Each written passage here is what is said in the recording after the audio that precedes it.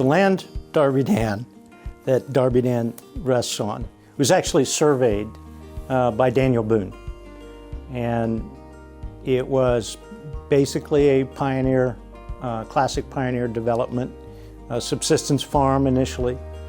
And this house then, after the sort of pioneer age, the 80s, 1780s and 90s, this house was built here in 1828.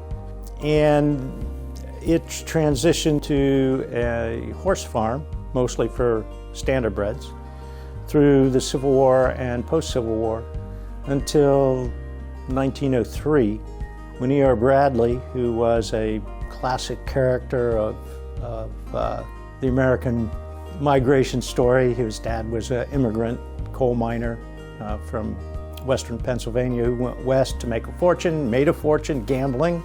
He came back to central Kentucky because he loved horse racing. He was a gambler at heart, and he wanted to create a horse farm, and he did.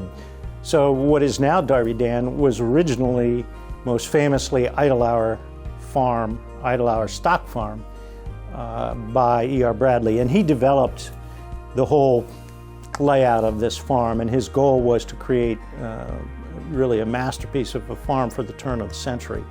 And he, of course, was a wonderful race participant. He's got more entries in the Kentucky Derby than any other individual, and had won the Kentucky Derby 4 times. Unfortunately, he died in 1946 up in Saratoga. And his farm, having no heirs, he was married, but no heirs, no children, was essentially split. At one time it was over 2,000 acres. The Moores from New York, I believe, had bought the core of the farm in the years after his death and stayed here for what I think was about 10 years and ended up selling the core of the farm around here to John Galbraith back in the mid-50s, who was very engaged in the thoroughbred industry, mostly in the traditional sense to breed and race his own. And that brought forth sort of a renewed energy to Darby Dan. He acquired Rebo from Europe, the undefeated champion, and brought then the success of Darby Dan with Kentucky Derby winners, Prima Netta, champion, and Little Current, Proud Truth. The list is pretty extensive.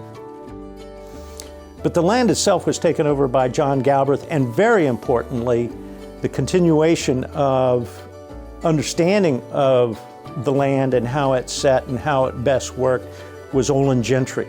He was brilliant at pedigrees and just immersed in the horse. I mean, he was all horseman in the classic sense of horseman.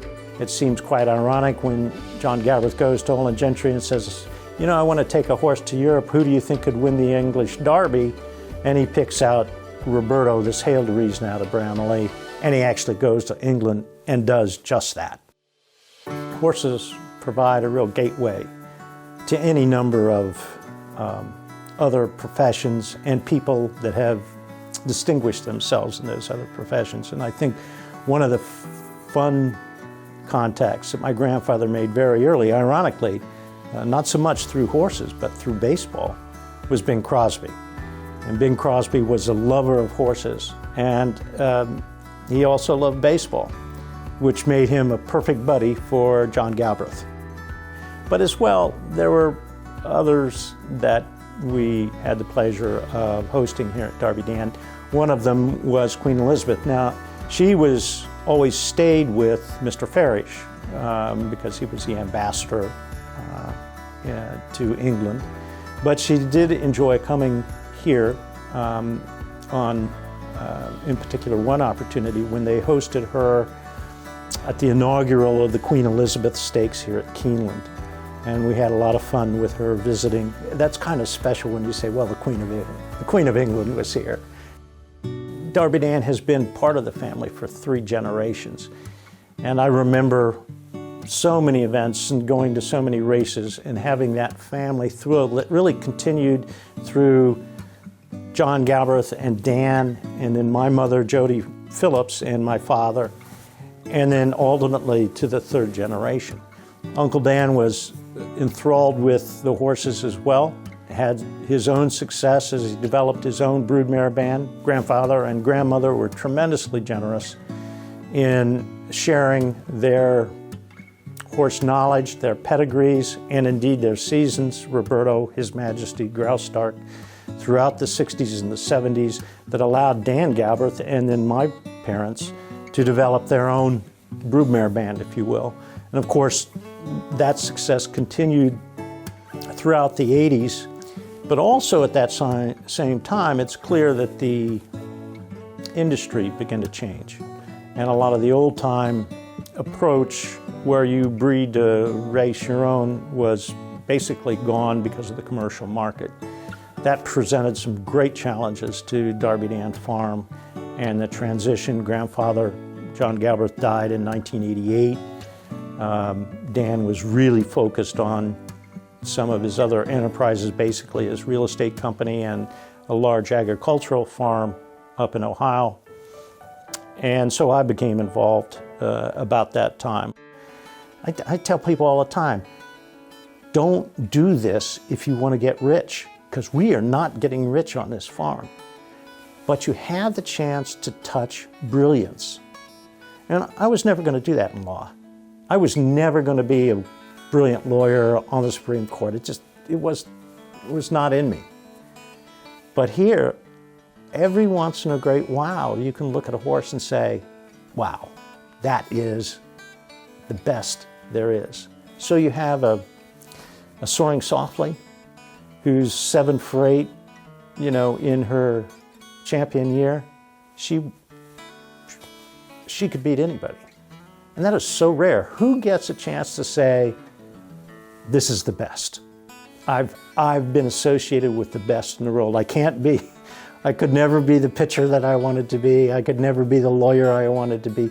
But I am so blessed with the opportunity to have horses and this kind of ground that I am so privileged to work with and associate with the potential for the best, and on occasion actually reach that. It's remarkable. I often say, for example, that I'll plant trees the shade of which I'll never enjoy.